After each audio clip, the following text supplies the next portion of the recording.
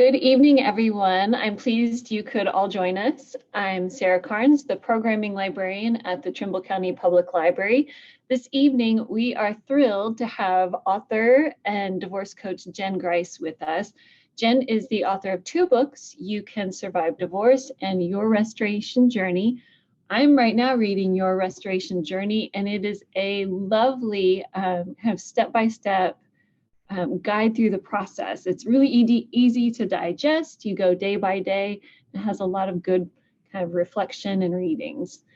Jen's articles have appeared in Crosswalk, and I believe she has all sorts of resources on her website, including divorce and custody guides to help people going through the process. Jen also has a series of helpful vlogs up on YouTube. I would encourage you to just go check out all of the stuff she has available to help you. I've been following Jen for at least 4 years, and I would say that her writing was really one of the voices that helped me come to a place of just real fulfillment and contentment. And so I'm excited that we have her here this evening to talk to you all. I know the holidays can be tough for anyone, but those dealing with divorce and separation have some extra challenges and heartache. And Jen's going to give us some tools this evening to hopefully navigate this time and make it a time for growth and joy. So if you have any questions during the talk, you can put them in the chat box and they'll be addressed towards the end. And so now, without further ado, welcome, Jen. Hello, thank you. Thank you to Sarah, who I've known for a while, and Trimble County Public Library for hosting this and for having me today. So today we're talking about navigating the holidays. And let's see here. I always do this where I skip all the slides. First, I want to start off by sharing a little bit of my story so you can understand where I've been, where I've come from, and where my expertise comes from. So I divorced in 2013. At the time, our kids were 10, 17, and 19. And this is a picture of me and my youngest son, TJ. If you read in my books, he's kind of been a part of this journey with me, being the youngest and still at home the whole time. And he recently joined the Marines and will be shipping out in the first of the year as a recruit and working on that. So I'm going to be embracing this next chapter of my life of empty nester. So just to tell you a little more, when I was going through my divorce, I knew God had a plan to redeem my story and my divorce. So at the time, I just started focusing on that path that God had for me instead of focusing on saving my marriage, which I had tried for many years, but just felt like this was now a new chapter. So I had to put that, including my marriage, behind me. And just wanted to let you know that I'm walking this restoration journey with you. Like Sarah said, I have a book, Your Restoration Journey, where I share the phases and the steps that I've taken on my own journey to restoration, and I'm not yet arrived. So it's not a book of, hey, I know all the steps to get there. It's a journey that we take together. So I hope you'll check that out. So tonight we're going to talk about navigating the holidays. And first I want to start off with sharing the difference between being alone and feeling alone, because they kind of be two totally different things. So divorce healing takes time, and we need to take that time to heal. There's a lot of losses and changes, and then now we're going to add the holidays to the mix. So throughout your years of healing, you'll probably pass, the holidays at least a couple times. And so it's good to have the resources that I'm going to share with you tonight to get you through this year and next year, and how many years it takes you to heal. There's no timeline for healing. So you just need to focus on your healing and not worry about any expectations that others put on you about that healing and how many years it takes. So this year, instead of, focusing on the holidays, you can take the time to focus on your healing and not the traditions or even what other people want. You get to decide how you spend these weeks between Thanksgiving and New Year's. And like I said, divorce healing is not linear.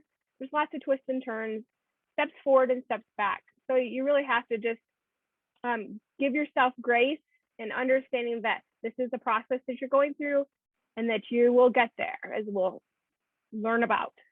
And also keep in mind, you may not be where you want to be, but you're not where you used to be when you're traveling this healing journey.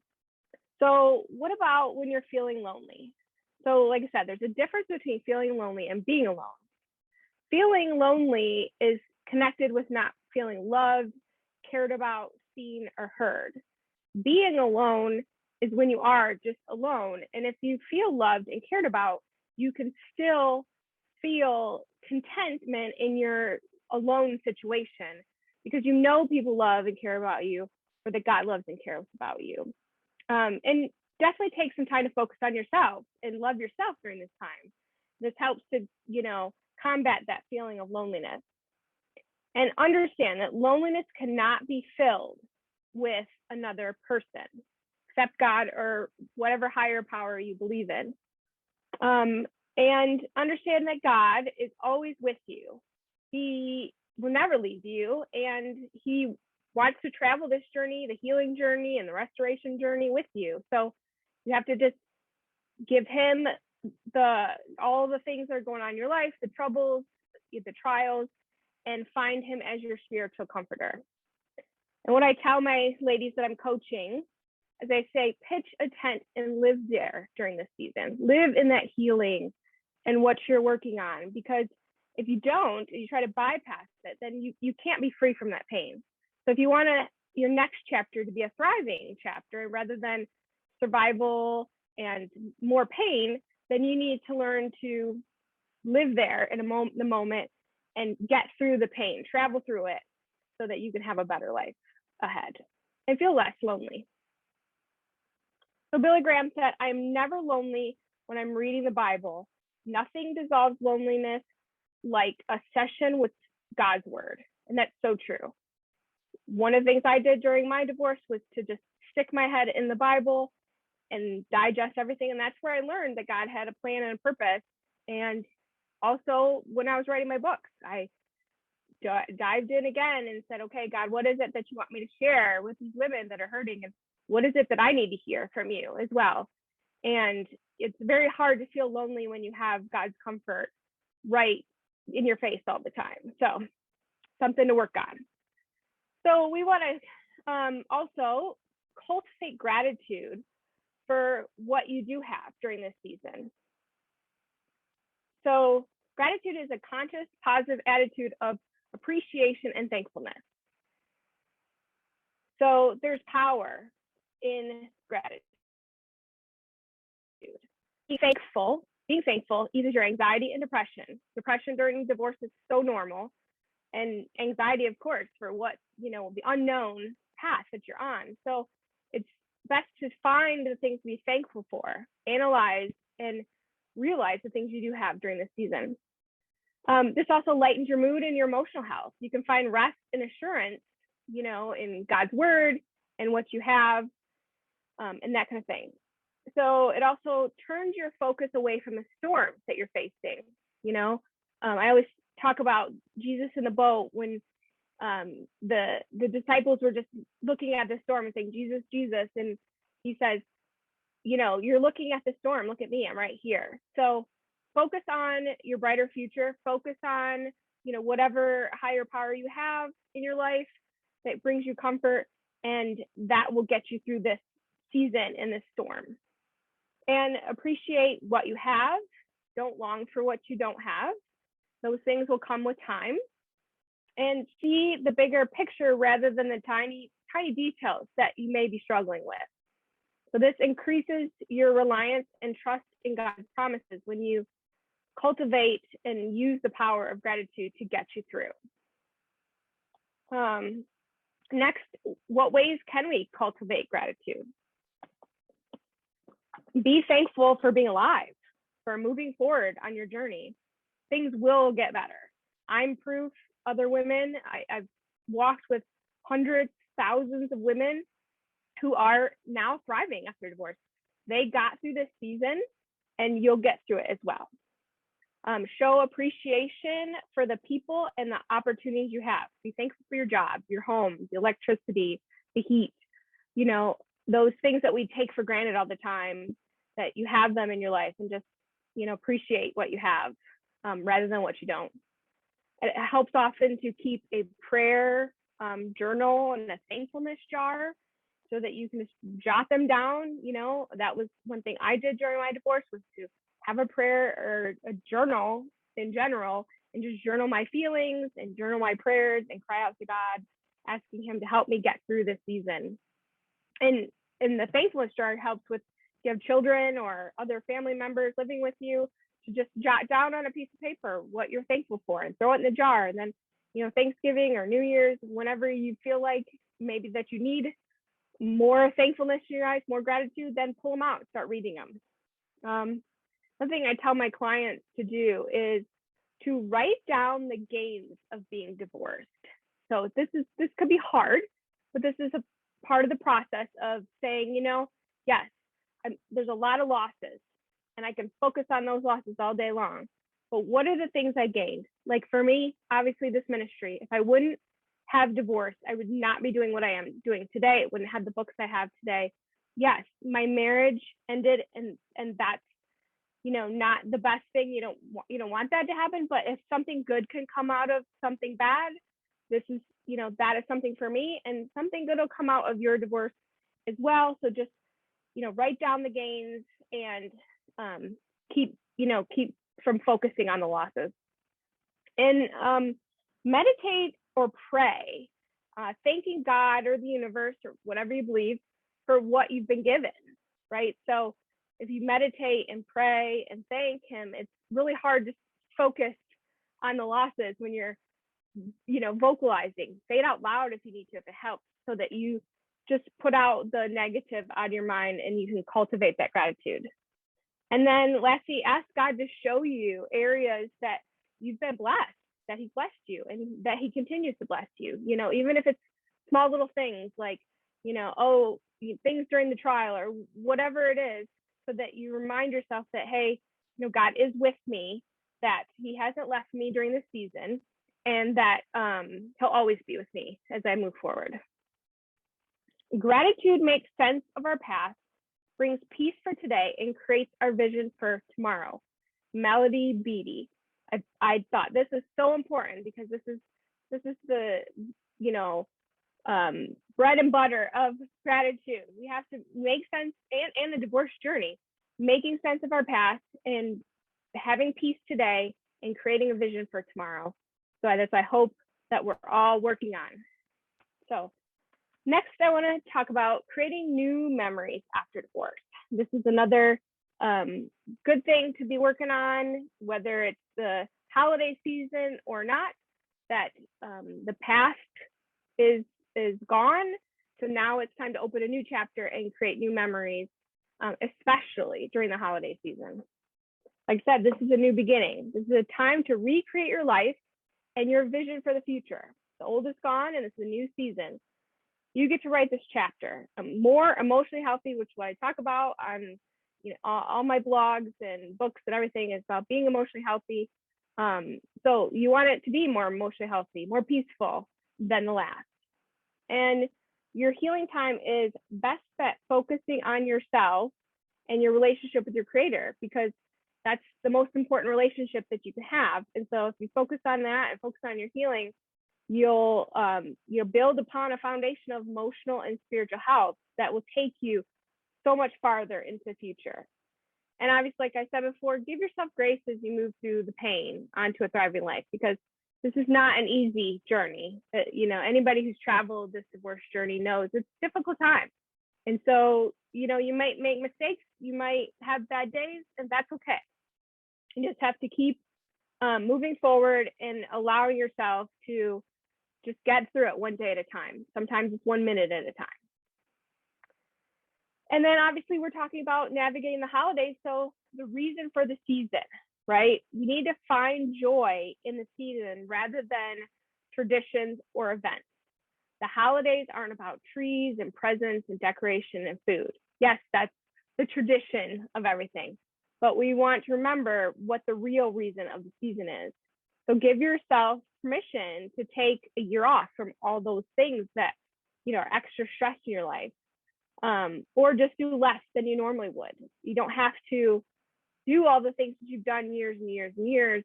You can create new memories, or you can just take a year off if you need to. You could be grieving this year, and grief takes time and energy that you don't want to waste on putting up a tree or having the family over. And then find joy in the little things, like a quiet evening at home, a candle burning, or a favorite song.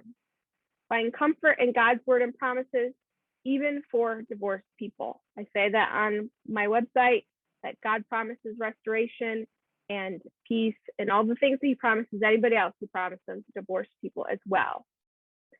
And then lastly, remember the baby who spent his first Christmas in a stable next to animals.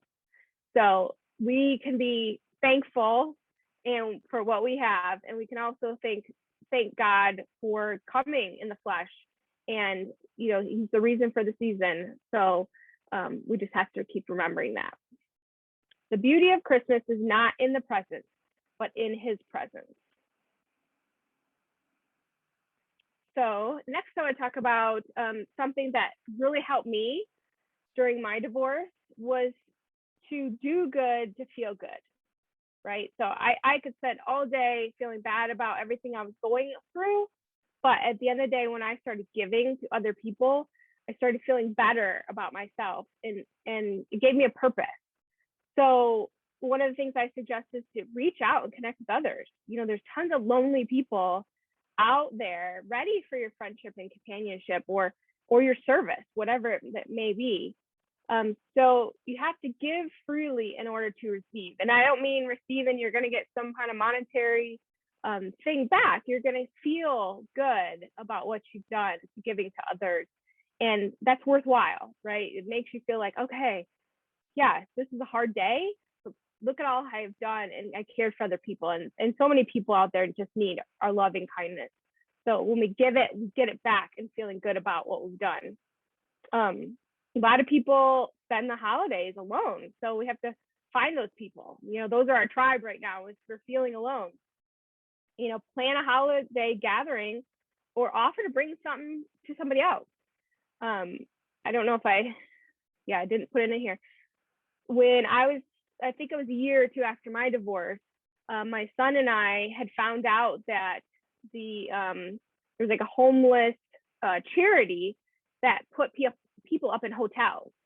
And so one of the things we did that year, I contacted another divorced mom, and I said, hey, do you want to come over on Christmas with me? And we're going to make spaghetti and garlic bread and green beans and all the fixins, and we're going to drop it off at the hotel in the lobby where all the homeless people were put up for the night. And she's like, yes, let's do it. And we did it, and we felt so good. And you know what? We got no recognition. Nobody even knew we did it. They didn't know where it came from. We just dropped it off at the lobby, said, here, we brought dinner. And just knowing that we did that, and I don't say this often because it's like I don't want any credit for it, but it was just a good year to feel good about myself, and taught my son some valuable lessons, like, oh, these people with family and kids are at a hotel on Christmas. And yeah, so it just was a good year. And even though both me and my friend were struggling for our divorces, we were able to reach out and help others, which also filled us with peace and joy that year. So the following year, funny thing is, other people started doing it. So we kind of started the trend. And so I was glad that I found, a couple years later, that they were doing it more. Other people were doing it. So anyway, you can volunteer. I heard somebody say this year that they're looking for drivers to deliver meals on Christmas and Thanksgiving. So there's always some need out there. There's always somebody on the street corner that needs, the blessing of generosity. I always try to give out, if I have cash in my wallet, just give it to somebody on the side of the road. I don't know if they need it. I don't really care. I feel better about myself. That's what it's about, and I feel like I've helped bless somebody's day. So those who plant in tears will harvest with shouts of joy. Psalm 126:5. And that's kind of what it's about. It's about, yeah, this is a hard time, but in the end, you'll harvest that joy within yourself and God if you just keep planting and sowing the seeds. So last thing I want to talk about is navigating the holidays with children. And this can be a difficult time. Like I said, I shared my story about my son making a meal and sharing that meal with others. There's been other years, the first couple years, I didn't put up a Christmas tree. And actually the Christmas tree that I had when I was married and I'm giving away, I just couldn't look at it anymore. I never was able to put it up again after my divorce. And I thought, that's okay. I can give it and bless somebody else with that Christmas tree, even if it means we go without a tree, because it's not about having a Christmas tree. It's about just celebrating family and celebrating the reasons for the season. So, and it's about being intentional, right? I want to be intentional in the reasons why we're celebrating rather than, oh, look, I got the Christmas tree out and all the ornaments and that's all great. So here's some practical tips for you as you navigate with children. If things are too painful, don't watch. That was big for me. And I have heard from hundreds of other women who say the same thing, that during the holiday season, they just could not get on Facebook without breaking down and crying, or get on, all the other social media apps. So take a break, close the account, log off and come back in the new year or in February if it takes that long. It's okay. You don't have to be there if it's too painful to watch. Plan to keep busy with your children with the other parent. That's a big one I hear. A lot of women, they don't have a plan on what they're doing when the children are visiting their other, parent. And so I always tell them, you have to have a plan, because otherwise you're going to spend the time crying and bothered and, all upset. So you have to make a plan and try to stick to that plan, when they're gone. Obviously, practice self-care when you're alone. Treat yourself. You can't always do that on the holiday, but you can go, a couple of days before, a couple of days after, do something for yourself. Even reading a book or, taking a bubble bath. Yeah, those are self-care things, but you also have to do things, out of self-love too. Really take care of yourself during that time so that you are energized and ready when your child comes back to be everything that they want and need from you at the time. So another thing, if being alone is too hard, find a support group. Remember, we talked about finding your supportive tribe, so people that, are going to walk with you through this. There's, divorcecare.org, I think it is. They've got support groups. They do a holiday thing as well. So there's meetups, there's all kinds of things. On my website too, at jengrice.com/resources, I have a list of support groups as well. So find something to keep you busy, but also find a supportive group of people that you can talk through how hard this is. And another thing I tell my ladies is, do not compete with somebody by buying love. It's very easy to get caught up in the somebody bought my child $100 worth of stuff, I need to. If you can't afford $100 worth of stuff, buy them a $20 gift. That's okay. Because you can create memories with your presence instead of your presence. So you just have to keep working on, those relationships and that kind of thing. So I love this quote from Joni Erickson Tada. I think that's how you say her name. She says, sometimes God allows what he hates to accomplish what he loves. And I think the focus of divorce and divorce healing should be drawing you back to him. And Christmas is the perfect time to draw yourself back to him and the reasons why he came to this earth and died on the cross and all those things. It's, his love for his children, his love for downtrodden people, for divorced people. And so we really just have to remember that this is why, we may be going through this, is because God's calling us back to him. I know that's been the case for me, and I've heard from other women where it's like, we kind of gave up on God for a time. And then during our divorce, it's like, okay, I need to turn my focus back on God because he loves me. And this may be one of the purposes for my divorce, to draw me back to him. Not always, but just something to think about. So to wrap up, you will survive this holiday season and the next. You will eventually get to a place of thriving, and you'll look back on this season and see all the growth that you've had and all the things that you've done, and you will feel better about yourself and your life and the progress you've made. So you just have to keep that focus on ahead, that eventually you'll get through this and life will be, different, maybe even better after your divorce. So that's all I have for you today. Oops, wrong one. And I thank you all for coming and for allowing me to share. Thank you. If anybody has any questions, we can go ahead and put those in the chat real quick. I have a question for you, Jen, about would you recommend trying to start new traditions with your children during this time, or kind of doing a blend of keeping the old ones and starting new? I think that's where it goes back to the fact that you get to decide, right? If for some people, every person's journey looks different. So for some people, that looks like, hey, this year I'm doing nothing. We're just not doing anything. And for some people, it's a mixture of past traditions and new traditions. Some people, this is the new chapter, so everything's new. You really get to decide for yourself, and may be difficult, but you have to. That's the navigating it, right? It's saying, okay, I'm not sure what we're doing this year, but we'll figure it out as we step forward each holiday that comes up.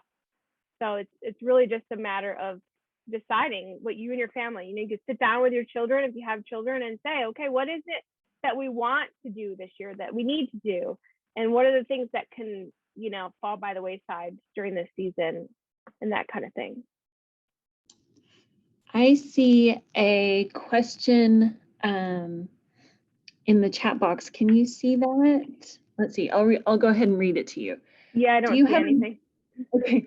Do you have any suggestions for dealing with other adult children?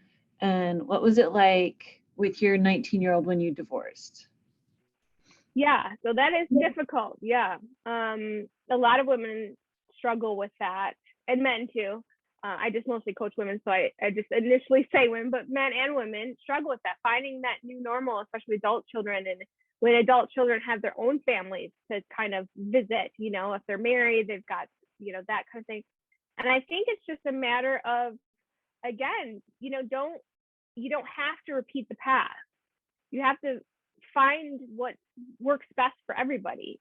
For some people, that means, we do it the week before, week after. I mean, we all know families and people that don't always do everything on the exact holiday. They find other ways to get together and do things, and it kind of stretches the holiday season out over a week or two rather than one day. But you have to just, talk to your children, adult children, and see what their plans is. And then, as hard as it is, and I know this is something I even struggle with, to be able to let go and let them decide what they want to do, and I have found when women are mourning and grieving, it's very hard for their children to be around them because they want you to be healthy and happy. They see the struggle that you're going through. So it's a matter of saying, maybe this year we don't get together because moms, you have to know for yourself, like, I'm just grieving too much and I just can't make a family dinner and do anything. Or you can go out to eat, and try to conjure up some strength during that meal. Just say, okay, I'm not going to talk about the divorce or any hard feelings or anything, and I'm just going to enjoy the time with my children, and then go home and cry or whatever you need to do. But it's just navigating that and figuring out what's best for everybody, and also giving grace to your children if they say, this year I just don't want to be around you. It happens. They just say, I just rather, you know, pretend nothing happened. You know, and you have to remember that's their journey as well. This is their path. So we, as, you know, grieving people during and after our divorce, have our path, but our children have their path as well. We can't force them to do what we want after divorce. We have to just say, okay, this is their path, and this year they're choosing this or that, and that's okay. That's okay. So I hope that's helpful. All right, Julianne, are there any questions over on YouTube? Nothing that I'm seeing, although it's kind of a hard topic for some people, so I don't think that questions in the chat would be popular in some cases. Yes. I do see another question in the chat. It says, how do you handle grieving around the children still living at home? That's a great question. I was going to ask that too. That is a great question. Yes, yes. I personally think that we need to show them that, not to hide that. I know this is kind of a controversial thing, and you know, experts have their own opinions sometimes that you should hide it or not. My opinion is that you shouldn't hide your grieving. That doesn't mean you're always crying and, oh, you know, there's a balance, right, between, you know, hey, mom's having a really rough day and I really just need to be alone for 20 minutes while I cry or whatever, and then I'll come out and we'll eat dinner or whatever it may be. So yeah, I think if you're showing them grief, they're going to learn empathy and they're going to realize that life is not always easy and that we struggle as human beings.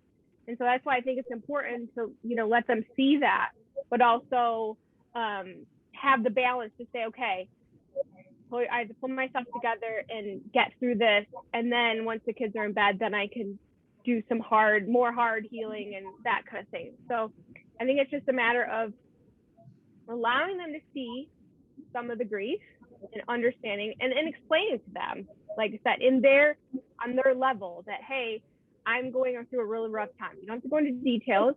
Maybe they know about the divorce, maybe they don't, but you say, I'm going through a real rough time, but I will be with you as soon as I can. And then you just do what you have to do to get through the rest of the day. I wanted to say your suggestion for doing volunteer work, that was kind of a game changer for me. That like delivering Meals on Wheels, that it was such a blessing, because then you really see people in hardship situations. And so I call it my perspective. It gives me a better perspective every week. So yes, that yes. Yeah, kind of hard to be miserable. It's kind of hard to be miserable. Like, yeah, divorce healing is miserable, but it's hard to be miserable if you're out there helping somebody and realizing, you know, at least I have a home, or at least you have this or that. Yeah, you can definitely cultivate gratitude by just helping others. Absolutely. Well, I don't see any more questions, so we can go ahead and wrap up. Jen, thank you so much for speaking to our group. It's been lovely, and it's so nice to finally meet you. Yes, same. I feel the same. All right. Well, everyone, thank you for joining us, and we'll keep the video up on YouTube so you can rewatch it if you need, and definitely go over to Jen's website and take a look at all of her great resources. And so I hope everyone has a good night. Thank you. Thanks.